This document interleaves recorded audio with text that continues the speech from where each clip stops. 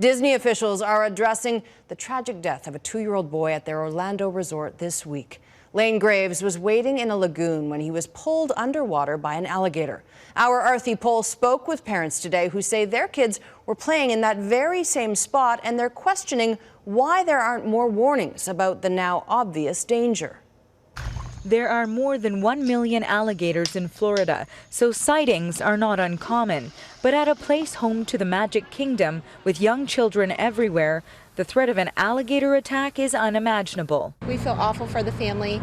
We've been really emotional about the whole thing since we heard about it. A 2-year-old boy, Lane Graves, was wading in the man-made lake at Disney's Grand Floridian Resort when an alligator surfaced and dragged the toddler into the Seven Seas Lagoon.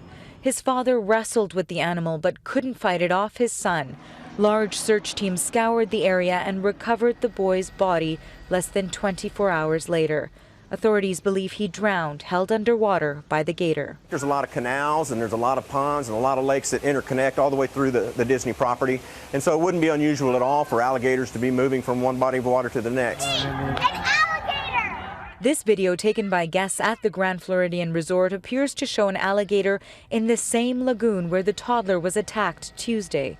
There are signs at the resort's beaches that say no swimming, but there's no warning about alligators. Yesterday, as soon as we heard, we said no. These moms from Virginia visiting Disney World with their families say this should be a wake-up call for the resort. Would you want to go right now and put your kid near that water? They have it set up so it looks kind of like a beach. I would have thought Disney would have made sure there, were no alligators. And if there were, there should have been a sign. It's not anything you would expect at the Grand Floridian. One security expert says Disney shouldn't assume guests from all over the world know that gators prey in their lake. They have a duty and responsibility to notify guests of dangerous conditions, and obviously under these circumstances that was not done. As for who's responsible for the death of Lane Graves, officials say there's nothing to indicate the parents should be charged.